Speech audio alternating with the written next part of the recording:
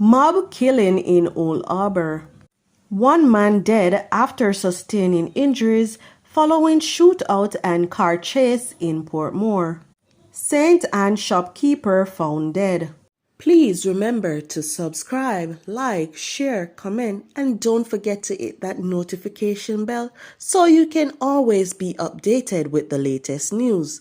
Now for the news in details. The Old Harbor Police in St. Catherine are probing a suspected mob killing on Burke Road on Saturday.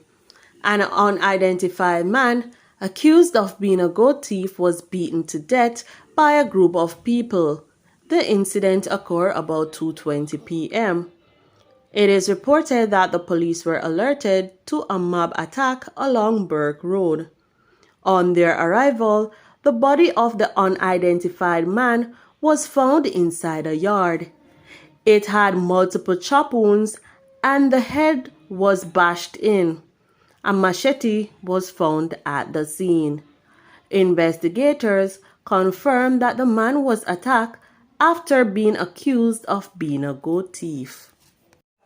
An unidentified man was shot and killed by the police in Portmore, St. Catherine on Sunday during a reported car chase and shootout that ended in an early morning crash. According to information reaching the news media, sometime after 3 a.m., a group of police officers were on patrol in the Nuggets Head area in Portmore when they signaled the driver of a Toyota Voxy to stop. The driver reportedly disobeyed their command and opened gunfire on the team before speeding away. More details to come following further investigation. A senior citizen was found dead inside his shop in Watown District, St. Anne early Sunday morning. He is 60-year-old Herbert Sims, otherwise called Bobsy. It is reported that residents went to the establishment around 1 a.m. and stumbled upon Sims' body. Police responded and checks reportedly revealed that the body had cuts and bruises all over. No motive has yet been established for Sims' death.